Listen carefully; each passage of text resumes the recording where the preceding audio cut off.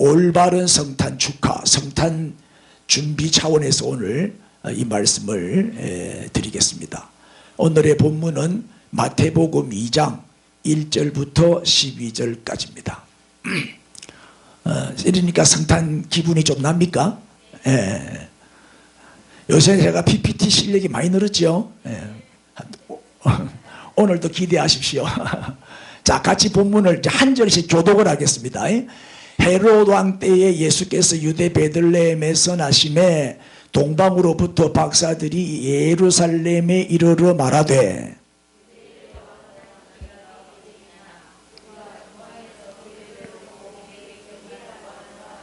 헤롯 왕과 온 예루살렘이 듣고 소동한지라.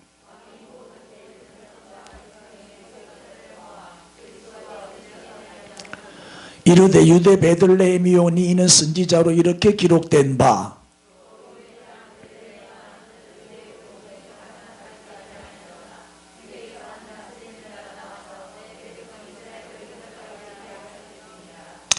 이에 헤롯이 가만히 박사들을 불러 별이 나타난 때를 자세히 묻고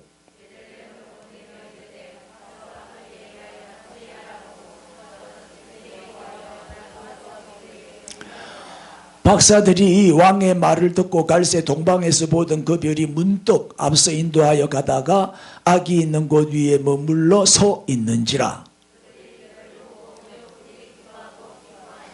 같이요. 집에 들어가 아기와 그의 어머니 마리아가 함께 있는 것을 보고 엎드려 아기께 경배하고 보배압을 열어 황금과 유황과 몰약을 예물로 드리니라. 아멘. 먼저 이 크리스마스 이 성탄절의 유래를 조금 설명하겠습니다.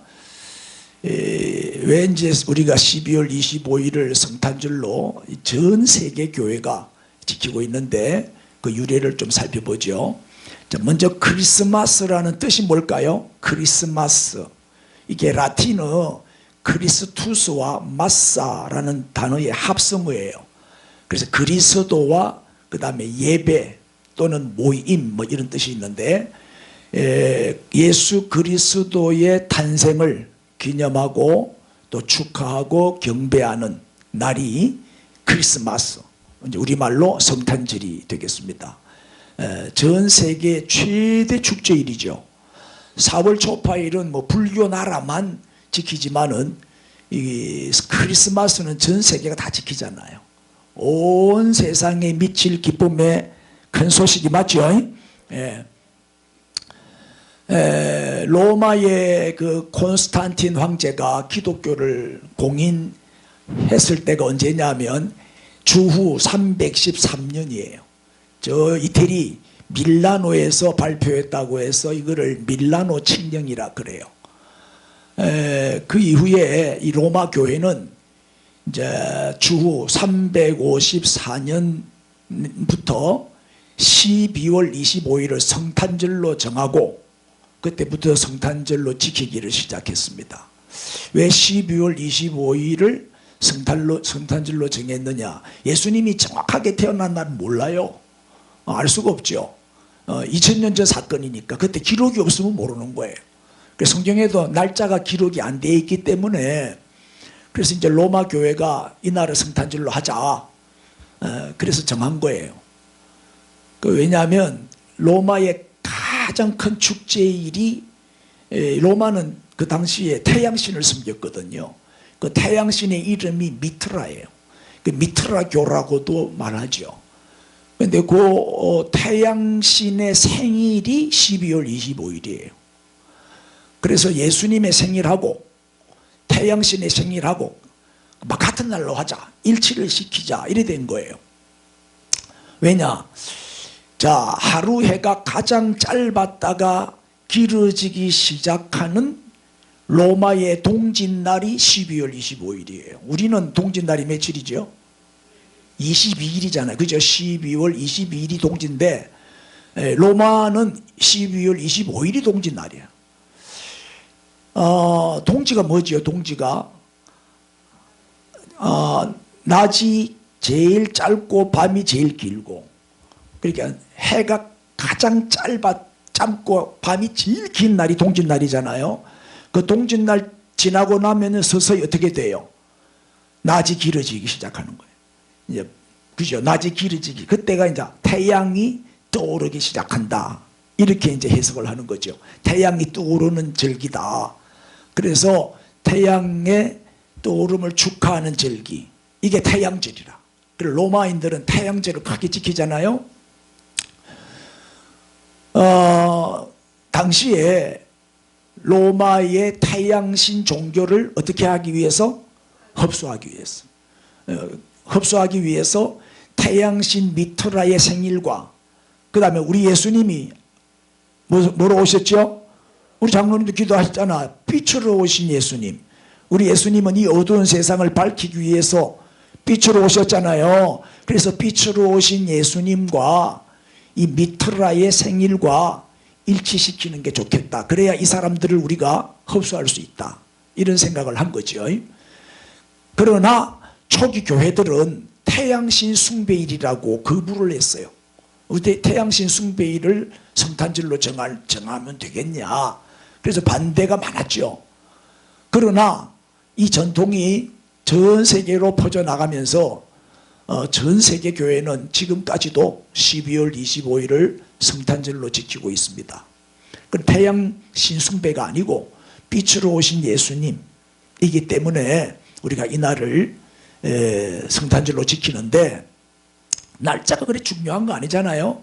날짜보다도 우리를 구원하시기 위해서 하나님이 육신을 입고 이 땅에 성육신 하신 날, 우리를 구원하기 위해서 오신 날, 그 날을 우리가 기념하고 경배하고 이 기쁜 소식을 전파하는데 초점을 맞춰야 되겠죠. 그래서 우리가 뭐 너무 그런데 예민하게 반응하지 말고 그저 우리 12월 25일을 이제 전 세계가 지키니까 우리도 같은 마음으로 지키게 된 거예요. 이제 잘 이해가 되셨어요? 자, 그러면 이제 산타클로스 얘기를 좀 안 할 수가 없는데, 그 할아버지하고 손자가 등산을 갔어요. 등산을 갔는데 산에 불이 난 거야. 그래 그걸 보고 손자가 할아버지에게 뭐라고 말했을까요? 산타 할아버지. 그래서 산타 할아버지. 산이 탄다고. 자, 이 산타 할아버지에 대한 얘기를 좀 하겠는데, 여러분 이 산타클로스하고 우리 성탄절하고 뭐 관계가 있어요? 지금 이제 이 산타클로스가 성탄절의 주인공이 됐잖아요. 성탄절의 주인공은 누군데? 예수님인데, 성탄절은 예수님의 생일인데 지금은 산타클로스의 생일인 것처럼 온통 모든 문화가 산타클로스 문화로 기독교 문화가 바뀌어버렸어요. 교회 안에까지 산타클로스 옷을 입고 산타클로스 모자를 쓰고 율동을 하고 선물 나누고 또 성극도 하고 이 산타클로스 복장 교회 안에까지 들어왔다니까요. 그리고 교회 안에 트리 장식할 때도 산타클로스를 줄줄줄줄 걸어놓고, 예수님은 싹 사라지고 성탄절에 예수님은 없고 산타클로스가 주인공이라. 왜 그랬냐? 이 제럴드 스미스라고 한 사람이 한 말인데, 유대인들이 크리스마스를 대체하기 위해서 이 예수 그리스도를 제거하기 위해서, 없애기 위해서 산타클로스를 도입했다 그래요. 그래 예수 그리스도를 지워버리고 그 자리에다가 산타클로스를 넣은 거예요. 그리스도가 없는 크리스마스는 그건 크리스마스가 아니죠. 여러분 생일잔치 할 때 주인공 없이 생일잔치 합니까? 주인공이 중요하지, 주인공 없는 생일잔치는 있을 수가 없는 거예요. 이분이 바로 산타클로스예요. 그 성탄절이 되면은 착한 아이들에게만 선물을 준다는 전설 속의 인물이지요. 나쁜 아이한테는 선물을 안 줘. 그리고 울면 안 돼. 울면 노래도 있어. 루돌프 사슴코는 한데 이 루돌프가 뭐예요? 산타크로스의 쓸매를 맨 앞에서 끄는 붉은 코에서 빛이 나는 거야. 붉고 빛나는 코를 가진 술록 사슴이죠. 맨 앞에서 이끌어요. 왜냐하면 안개가 잘하게 끼면 앞에 안 보이잖아요. 그럼 이 루돌프가 맨 앞에서 끌면 코에서 뭐가 나니까 빛이 나니까 앞에 길을 밝혀주는 거야. 그래가지고 그게 랜턴 역할을 해가지고 길을 찾아서 잘 간다는 거지. 이것도 다 전설 속에 나오는 얘기죠. 실제로 코에서 빛이 나는 사슴이 있나요? 근데 애들은 산타크로스를 믿잖아요. 있다고. 자, 산타크로스의 모델이 성 니콜라스예요. 어떻게 산타클로스라는 저런 인물이 나오게 됐냐? 그 모델이 바로 니콜라스인데, 니콜라스는 실제 인물이죠. 바로 이분이에요. 그 주후 270년에 태어나서 343년에 돌아가셨으니까 그래도 상당히 오래 살았네. 73세. 그죠? 터키에서 태어나신 분인데 기독교의 성직자로 아주 훌륭한 분이죠. 이분은 부모로부터 아주 많은 재산을 상속을 받았어요. 그 많은 돈을 가난한 사람들을 돕는데 일생을 바치는 거예요. 여기저기 다니면서 그것도 소문 내지 않고 몰래 많은 사람들을 도와요. 그래 참으로 귀한 분이죠. 착하고. 근데 뭐 그분이 많이 구제를 했는데 뭐 이런 얘기 있잖아요. 이제 세 자매가 결혼을 해야 되는데 너무 가난해. 그때는 이 결혼하려면 지참금이 있어야 되는데 남자는 있는데 돈이 없어서 시집을 못 가고 있는 거예요. 그 소식을 들은 이 니콜라스가 그 집에 이제 돈을 몰래 줘야 되는데 고민하다가 보니까 꿀뚝이 있단 말이에요. 그래서 꿀뚝으로 돈주머니를 던져요. 꿀뚝으로 집어넣어 주니까 마치 그 벽난로 옆에 양말을 걸어 놨는데 그 양말 안으로 그 돈주머니가 쏙 들어갔대. 뭐 진짜인지 가짜인지 꾸며낸 얘기인지는 모르지만 그래가지고 그 세 자매가 그 돈으로 결혼을 해가지고 아주 행복하게 잘 살았다. 이런 얘기가 이제 전해져 오고 있는데 그때부터 이제 양말 문화.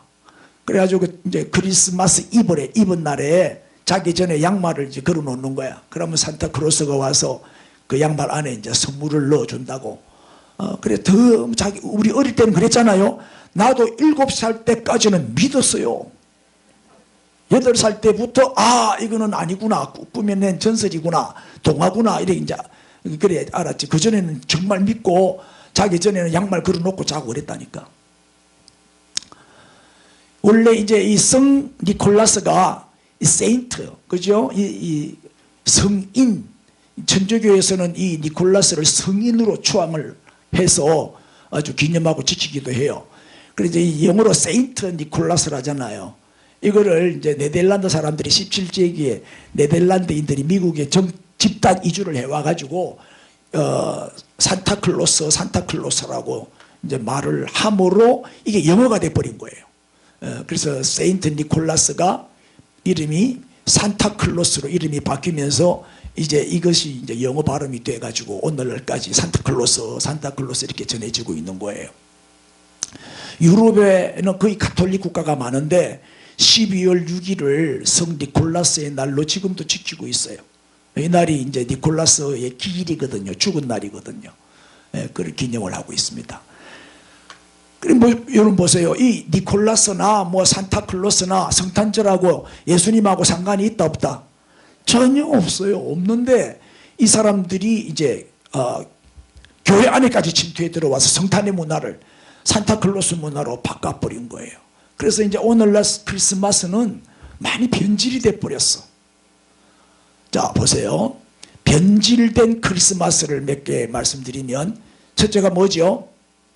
핑크 크리스마스. 그러니까 성탄절이 되면은 뭐 하는 날? 음란의 밤이야. 성탄절 이브는 음란의 밤이 돼. 성적으로 타락하고 호텔마다 모텔마다 예약이 다 차버려. 빈 방을 구할 수가 없어. 예수님이 태어날 때 여간방을 구하지를 못해가지고 마구간에서 태어났듯이 크리스마스 이브가 되면요 빈 방을 구할 수가 없을 정도로 성적으로 타락하고 문란한 밤이 돼버렸어요. 음란의 밤이 된 거죠. 두 번째는 뭐죠? 옐로우 크리스마스. 스크루치 얘기 잘 알죠? 예. 이런 인색한 밤. 사실 성탄절은 우리가 불우한 이웃을 돕는 날이 되어야 되잖아요. 그런데 자기 배만 채우는 아주 인색한 그래서 우리 한국의 부자들은 별로 존경을 잘 못 받아. 기부를 잘 안 하니까. 우리 이럴 때 베풀고 나누는 이 나눔을 통해서 사랑의 온도를 올리는 이 추위를 사랑으로 녹여버리는 그런 성탄절이 되어야 할 줄 믿습니다. 그 다음에 또 변질된 크리스마스가 뭐예요? 그레이 크리스마스. 회색 색깔을 내가 다 맞춰서 넣었어요. 저게 뭐죠? 그레이. 크리스마스 이브가 되면 술집마다 10,000원이야. 내가 볼 때 하나님이 코로나로 딱 또 연말 연시에 4명 이상 모이지 마라. 밤 9시 이상은 영업하지 마라. 그죠? 모든 술집은 밤 9시 문 닫아야 돼요. 그러니까 이것도 하나님의 섭리인 것 같아. 타락하지 못하도록, 방탕하지 못하도록. 그래서 전부 술이 취해가지고 술 취하는 밤. 그래가지고 막 그리 보면 막 토해가지고 냄새가 진동하고 그 정도로 사람들이 술이 취하는 밤, 방탕하고 타락하는 밤이 성탄절 이브다. 얼마나 변절이 됐어요. 우리 성경에 예수님의 생일하고는 아무런 관계가 없는 일이잖아요. 그 다음에 블랙 크리스마스는 뭐예요?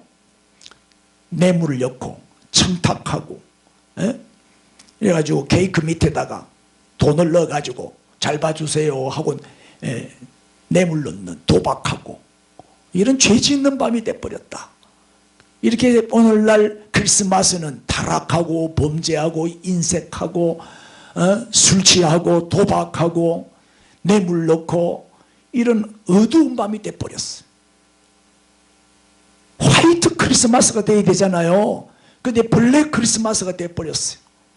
우리 주님이 얼마나 참 마음이 아플까요? 얼마나 괴로울까요? 그래서 우리는 어떤 크리스마스를 지켜야 되죠?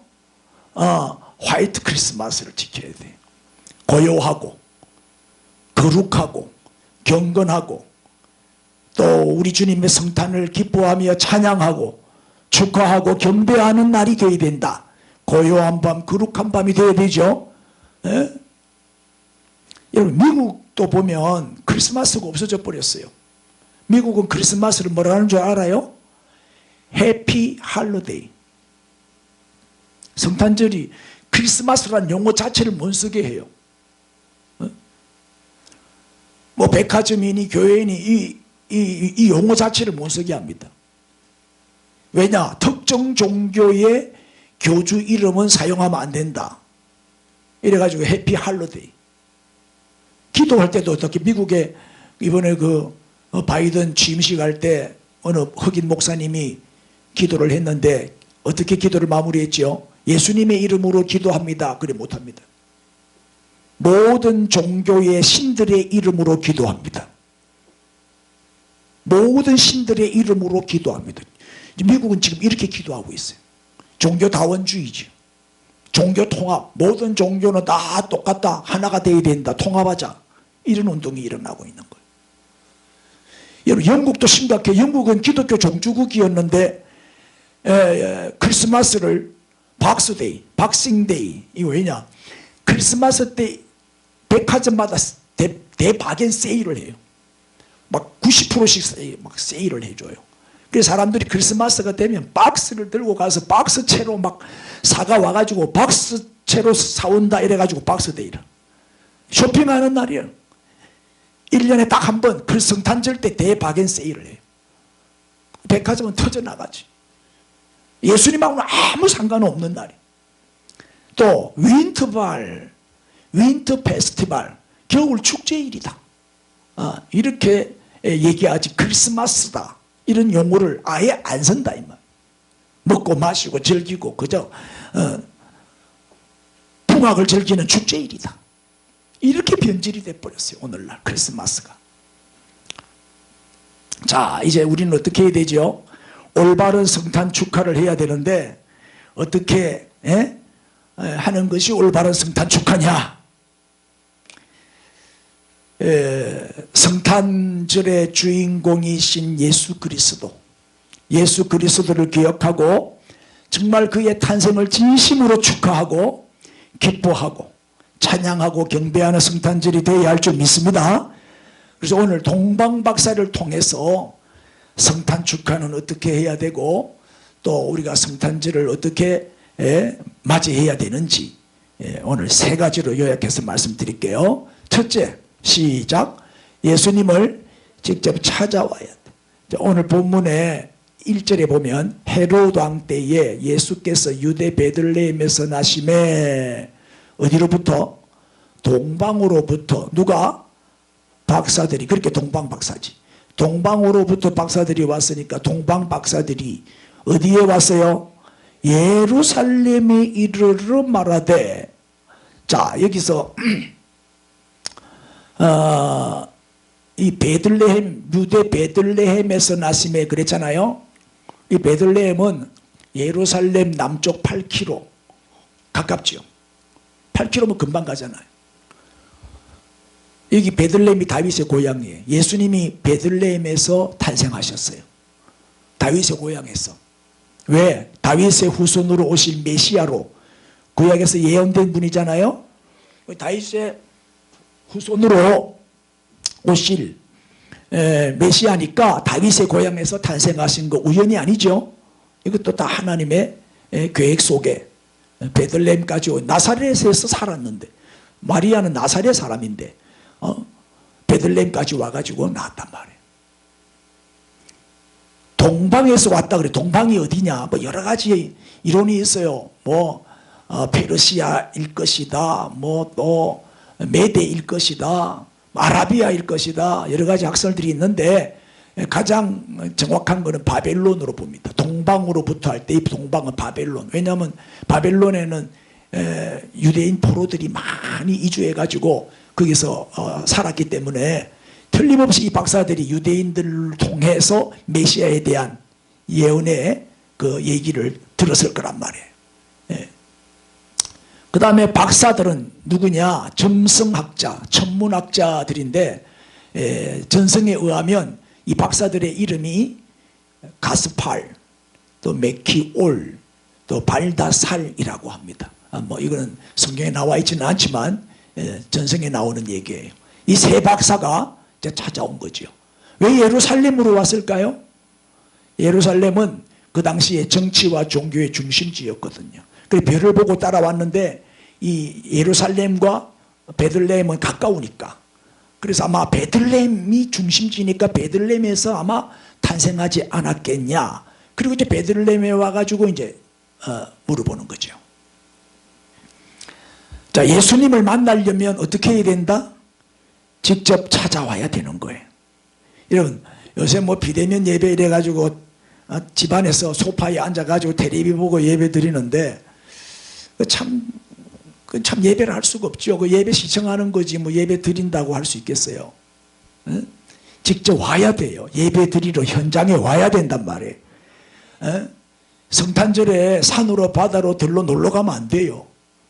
침대에 누워가 뒹굴어도 안 되고, 응? 교회에 직접 나와서 예배를 드려야지. 직접 찾아와야 된다. 이런 부모 생신이나 뭐 명절에 돈만 보내고 안 가. 에? 명절인데도 부모님 생신인데도 돈만 보내고 전화 한 통화로 끝내. 효자라 할 수가 없어요. 선물보다 용돈보다 제일 효도하는 게 뭐죠? 직접 오는 거예요. 직접 와서 얼굴 보여주고 손도 잡아주고 어머니 좀 이래 품에 꼭 안아다 주고 또 같이 얘기도 들어주고 교제하고 같이 밥 먹고 얼굴 보고, 그게 진짜 효도 아니겠어요? 예? 그래 금년 성탄절에도 우리 동방박사처럼 우리도 예수님의 성탄을 진정으로 축하하고 경배하려면 꼭 교회에 나와서 성탄 예배에 참석하시기를 바랍니다. 멀리서 구경만 하지 말고 정말 주님을 만나는, 아기 예수님께 온 마음 다해서 경배하는 그런 성탄절이 될 수 있기를 바랍니다. 할렐루야. 그래서 직접 예수님을 찾아와야 한다. 두 번째는 시작. 예수님께 경배하고 찬양해야 돼. 자, 오늘 11절 본문에 집에 들어가 아기와 그 다음에 그의 어머니 마리아가 함께 있는 것을 보고 그 다음에 엎드려 누구에게 경배하고? 마리아가 아니에요. 누구에게? 아기에게 경배했어요. 여기 집이라면 이 집은 어디를 말할까요? 누가복음 2장 13절에는 홀련히 수많은 천군이 그 천사들과 함께 하나님을 뭐 했다고요? 찬송. 그래서 성탄절에는 경배하고 찬양해야 되는 거예요. 경배와 찬양. 이날이 성탄절입니다. 근데 이 집은 마구간이죠. 지금 예수님은 마구간에 누워 있잖아요. 방이 없어가지고. 그럼에도 이 동방 박사들은 최고의 정성과 경건한 마음으로 엎드려 경배했어요. 엎드려. 이 동방 박사들은 이방인이잖아요. 최초로 예수님에게 경배한 사람은 이방인들이라니까요. 왜 예수님께 엎드려 경배했어요? 예수님이 우리의 유일한 경배의 대상이잖아요. 예? 그래서 성탄절은 흥청망청 떠들고 노는 날이 아니에요. 예수님께 경배하는 날이지. 자, 우리가 교회 나오는 목적도 뭐예요? 사람 만나러 오는 거 아니잖아요. 예배 드리기 위해서 오는 거지. 가장 중요한 게 예배입니다. 교회는 예배 안 드리면 예배당이라 할 수 없지. 우리 성도의 가정은 작은 교회가 되어야 되잖아요. 어떻게 해야? 예배를 드려야 작은 교회가 되는 거예요. 예배 안 드리는 가정은 교회라 할 수 없지. 예배를 드려야 교회가 되는 거잖아요. 예배 못 드리게 자꾸 하는데 그러면 교회 무너지지. 예배 안 드리면 교회는 힘을 잃는 거예요. 교회의 본질과 생명은 예배지요. 예배를 잘 드려야 돼. 어떤 분은 교회에 장사하러 오는 분도 있기는 있어. 그 장사하러 왔는데 보니까 교인들이 몇 명 안 되거든. 그래서 큰 교회로 가는 거예요. 큰 교회는 아무래도 사람이 많으니까 물건을 하나라도 더 팔 수 있을 것 같으니까 큰 교회를 선호하죠. 목적이 장사라. 그래서 안 팔아주면 또 안 와. 팔아주면 오고. 선거철이 되면은 이제 후보들이 교회 많이 오죠. 왜 반응이 없어? 우리 교회는 작아서 안 오겠죠. 큰 교회는 옵니다. 큰 교회는 막 줄을 서서 옵니다. 매주마다 인사시켜달라고 그러고 뭐. 거기 그 사람들이 뭐 예수 믿으러 오는 거예요? 선거 운동하러 오는 거지. 교회가 그런데 이용당하면 안 되겠죠. 어떤 사람은 뭐 예배 드리러 오는 게 아니고 친구 만나러 오는 사람도 있고 연애하기 위해서 오는 사람도 있고 결혼하기 위해서 짝 찾으러 오는 사람도 있고 어떤 교회는 이 교회에 도난 사건이 많이 일어나요. 기도 시간에 다 눈 감고 기도하잖아요. 기도 시간에 핸드백 속에 손을 넣어가지고 훔쳐가는 거예요. 지갑 훔쳐가고. 찬양대와 이제 찬양대 이제 올라갈 때 옷 다 벗어놓고 가잖아요.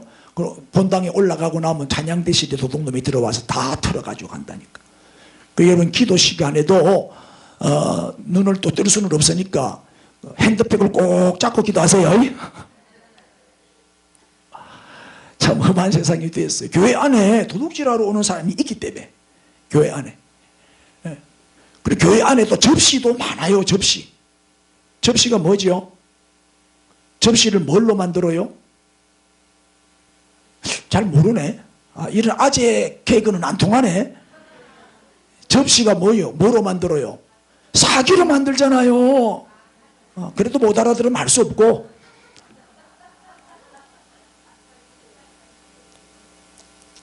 자, 여기 보니까 아기와 그의 어머니 마리아가 함께 있는 것을 보고 누구한테 경배했다고요? 아기한테 경배. 마리아가 아니에요. 마리아는 경배의 대상이 될 수가 없어요. 마리아를 섬기는 가톨릭은 이단이라니까요. 절대 잘못된 거예요. 우리는 아기 예수님에게 집중해야 되죠. 예수님께 경배를 해야지. 아기 예수. 그 다음에 엎드려 경배했다는 뜻은 뭘까요?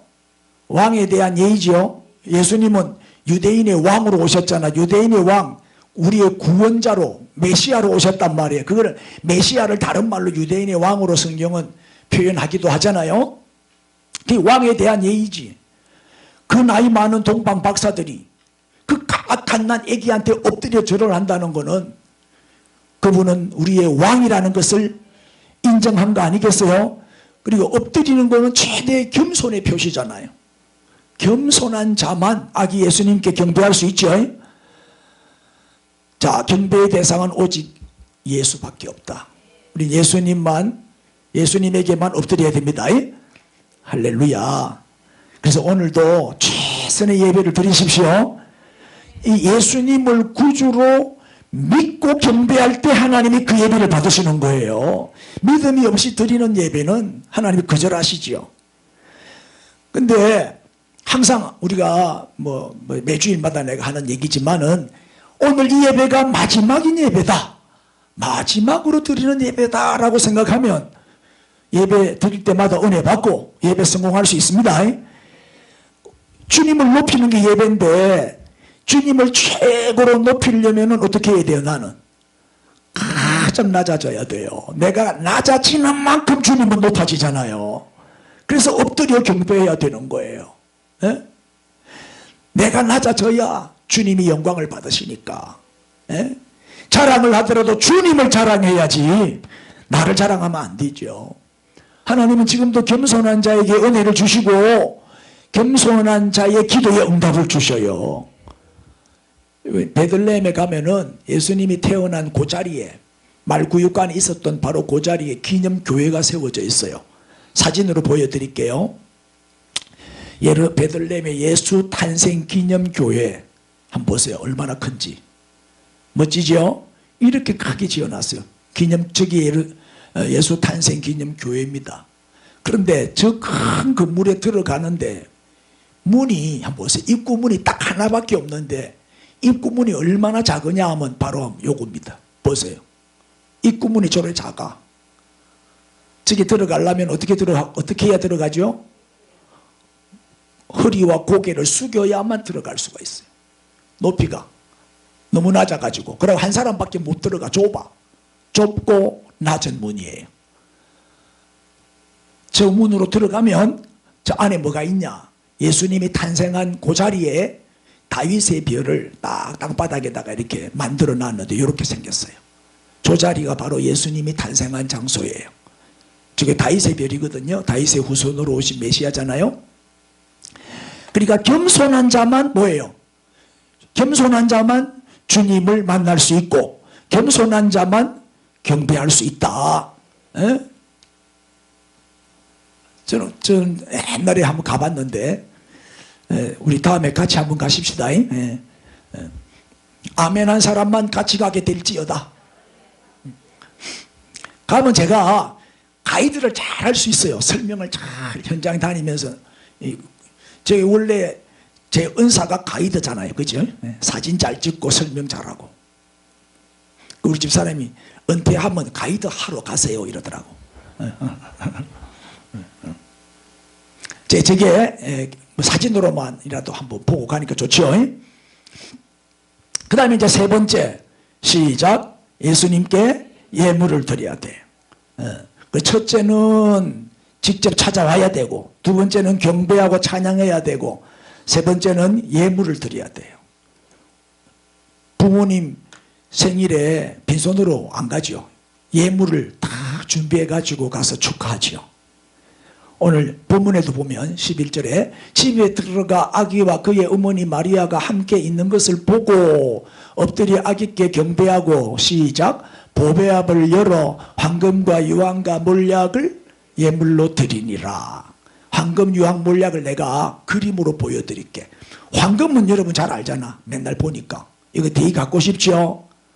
저 정도만 있어도 부자죠. 우리가 좋아하는 금입니다.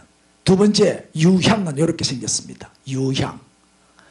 저기가 향이 아주 향내가 좋아서 향품으로 쓰는 건데, 구약의 성막에 보면 분향단 있잖아요. 분향단. 그 분향단에 24시간 향을 피우잖아요. 그죠? 그럼 그 향내를 하나님이 이거는 나의 향이다. 그 향을 맡아요. 하나님 그 향을 받으시고 응답해 주셔요. 그래서 저건 기도를 의미한다 그러죠. 그 다음에 이거 몰약입니다. 이 몰약을 가지고 이제 몰약 오일을 만들죠. 저걸 바르면 만병통치약인 것처럼 그 치료가 잘 되고 특별히 잇몸 질환에 그리 좋답니다. 저게. 그래서 황금은 뭘 의미하죠? 황금은 변하지 않잖아요. 불변, 믿음을 상징하고 또 성막이나 성전의 모든 기구들은 뭐로 만들어요? 다 금으로 만들잖아요. 금. 그래서 이 금은 왕적 권위를 나타내는 예수님의 왕권을 상징한다고 보는 거죠. 예수님은 왕이시다. 왕들은 항상 보면 머리에 뭘 써요? 왕관을 쓰잖아요. 금은 왕권을 의미하거든요. 영원한 왕권, 불변, 변하지 않는 그리스도의 왕권을 상징한다. 그 다음에 유향은 그리스도의 신성을 상징해요. 이 유향은 이제 예배 때 쓰는 건데 일반 백성들은 사용할 수가 없어요. 저 유향을. 오직 하나님만을 위해서 예배 제사 때 하나님만을 위해서만 사용하게 되어 있어요. 에스겔 16장 18절에도 이 향은 나의 향이다. 하나님이 그렇게 말씀을 하셨거든요. 그래서 이거는 제사장적인 권위를 갖고 있다 그러는데 이 유향은 또 기도를 의미하죠. 제사장이 대신 기도하잖아요. 구약시대 때는 내가 하나님 앞에 직접 못 나가요. 제사장을 통해서 제사를 드리고 기도를 하고 그렇죠. 그래서 제사장적인 권위. 그리고 예수님은 영원한 우리의 대제사장이시다. 그리고 우리의 중보자이시다. 그죠? 그래서 이 유향은 꼭 하나님께 예배를 위해서 예배 시간에만 쓸 수 있는 거기 때문에 이거는 그리스도의 신성을 상징한다. 이렇게 이제 설명할 수 있어요. 그 다음에 몰약은 그리스도의 순환과 죽음을 상징해요. 몰약은 주로 어디에 썼느냐 하면은 마취제로도 써요. 마취를 이게 먹으면 마취가 돼요. 또 하나는 이제 사람이 죽으면 시체에다가 이 몰약을 발라요. 장사 지낼 때. 왜요? 부패를 방지하는 방부제 역할을 해요. 그래서 그리스도의 순환과 죽음, 대속 제물이 되어 주신 우리의 구원자 예수님을 의미하죠. 그래서 이 황금 유황 몰약이 바로 예수님은 우리의 영원한 왕이시고 또 우리의 제사장이 되시고 또 예수님은 하나님이시고 신성, 그리고 몰약은 예수님의 인성, 예수님이 순환당하시고 죽으셨잖아요. 대속 제물이 되어 주셨잖아요. 예수님의 인성을 상징하고 또 우리의 구원자이심을 보여주는 거죠. 이런 의미가 있어요. 이 황금 유황 몰약이 그냥 귀하기 때문에 드린 게 아니고 그 예물 안에는 이런 깊은 의미가 있는 거예요. 중요한 거는 뭐다? 황금 유황 몰약 이 예물도 중요하겠지만 더 중요한 거는 뭘까요? 마음이지. 우리의 마음이 중요합니다. 축하할 때 내 마음속에서부터 우러나야 되는 거예요. 뭐 양이 많고 적고 뭐 돈이 많고 적고 그게 중요한 게 아니고 마음이. 왜냐하면 이 마음은 물질로 표현이 되잖아요. 맞죠? 물질이 가는 곳에 뭐도 가요? 마음이 가는 곳에 물질이 가는 게 아니고 물질이 가는 곳에 마음이 따라간다니까요. 네 보물이 있는 그곳에 네 마음도 있느니라 그랬잖아요. 그렇게 마음은 있는데 물질이 없어요. 그거 거짓말이죠. 거짓말이라 하세요. 마음이 없는 거지 돈이 없는 게 아니라니까. 마음이 있으면 반드시 물질은 따라가게 돼 있습니다. 아깝지가 않아요. 그래서 물질은 뭐다? 내 마음을 표현하는 수단이죠. 여러분 성탄절이 되면 막 선물 주고받고 하잖아요. 마음이 없는 사람한테 선물 보냅니까? 그래서 여러분 내한테 선물 안 보내는 겁니까 지금? 마음이 없어서 카드도 보내고. 여러분 꼭 뭐 많은 돈을 들여야 되는 게 아니에요. 마음이죠. 카드 하나라도 보낼 수 있잖아요. 요새는 온라인 카드 뭐 카톡으로 탁탁 보내면 되는데 그것도 귀찮아가지고 안 해. 이래 서로 좀 이렇게 정도 나누고 카톡을 최대한으로 활용하면 좋은 교제가 되죠. 우리가 진심으로 주님의 성탄을 축하한다면 나에게 있는 가장 귀한 것을 아낌없이 드릴 수 있어야지. 그래야 주님 사랑하는 사람이지. 우리가 주님을 무시하고 경홀히 여긴다면, 내가 주님을 거부한다면, 사랑하지 않는다면 선물, 예물 드리겠냐 이 말이에요. 적은 헌금도 아까워서 못 드리지. 동방박사들은 최고의 값비싼 물건들을, 다시 말하면 최고의 것을 최고의 정성으로 드렸죠. 주님보다 물질을 더 사랑하는 자는 절대 물질 못 드립니다. 11조는요 물질 우상을 파괴한 사람만 드릴 수 있어요. 물질 우상 숭배자는 못 드려요. 이 물질은 우상이잖아요. 현대인의 최고의 우상은 돈이잖아요. 이 돈신, 이 만몬신을 파괴해야만 드릴 수 있는 거예요. 우리가 정말 주님을 더 사랑한다면 아낌없이 최선을 다해서 드릴 수 있기를 바랍니다. 할렐루야. 자, 뭐 얘기하다 보니까 시간이 벌써 다 지나버렸네. 우리 동방 박사처럼 올바른 성탄 축하자가 됩시다. 성탄에, 그래서 임마누엘 성탄절이 되시고 성탄의 기쁨과 감격이 넘치는, 정말 잊을 수 없는 우리 2021년 크리스마스 성탄절이 될 수 있기를 우리 주님의 이름으로 축원합니다. 자, 이제 결론. 오늘 제목이 뭐였죠? 올바른 성탄 축하는 어떻게 해야 된다. 첫째, 시작. 예수님을 직접 찾아와야 됩니다. 그래서 그 다음에 두 번째는 뭐라고요? 예수님께 경배하고 찬양해. 직접 와서, 그러니까 텔레비 예배 드리지 말고 유튜브 예배 드리지 말고 현장에 직접 와서 경배하고 찬양하십시오. 언제 한다고요? 성탄 축하 예배 25일 토요일 오전 11시에 꼭 오세요. 1년에 한 번 예수님 생일인데 이날 이 예배 참석 안 하고 놀러 다니면 안 되겠죠. 심리도 못 가서 발병 나겠죠. 꼭 예배 참석하셔야 돼요. 우리 한 마음으로 아기 예수님의 성탄을 축하합시다. 그리고 이제 찬양회를 해서 이제 찬양 발표회를 하려고 했는데, 아유 코로나가 또 터지는 바람에 금년에는 취소를 하지만 내년에는 우리 또 더 크게 합시다. 그 다음에 세 번째는 어떻게 해라? 예수님께 예물, 최고의 예물을 정성껏 준비해서 드리십시오. 이게 바로 황금과 유황과 몰약입니다. 성탄 감사헌금 정성껏 준비해서 드리시면 좋겠습니다. 우리가 이거 가지고 연말에 불우이웃 돕기를 합니다. 우리 주변에 힘들고 어려운 사람들이 많아요. 교회가 도와야 됩니다. 우리 하나님 사람도 잘해야 되지만 이웃 사람도 열심히 해야 돼요. 이 두 가지 잘해야 돼요. 그래야 하나님이 우리 샘솟는 교회 은혜 주시고 새해에는 더 큰 부흥을 주실 줄로 믿습니다. 자, 오늘 주신 말씀 붙들고 따라 우리 크게 주여 말씀대로 살게 하옵소서. 우리 주여 크게 부르고 통성으로 한 1, 2분만 기도합시다. 주여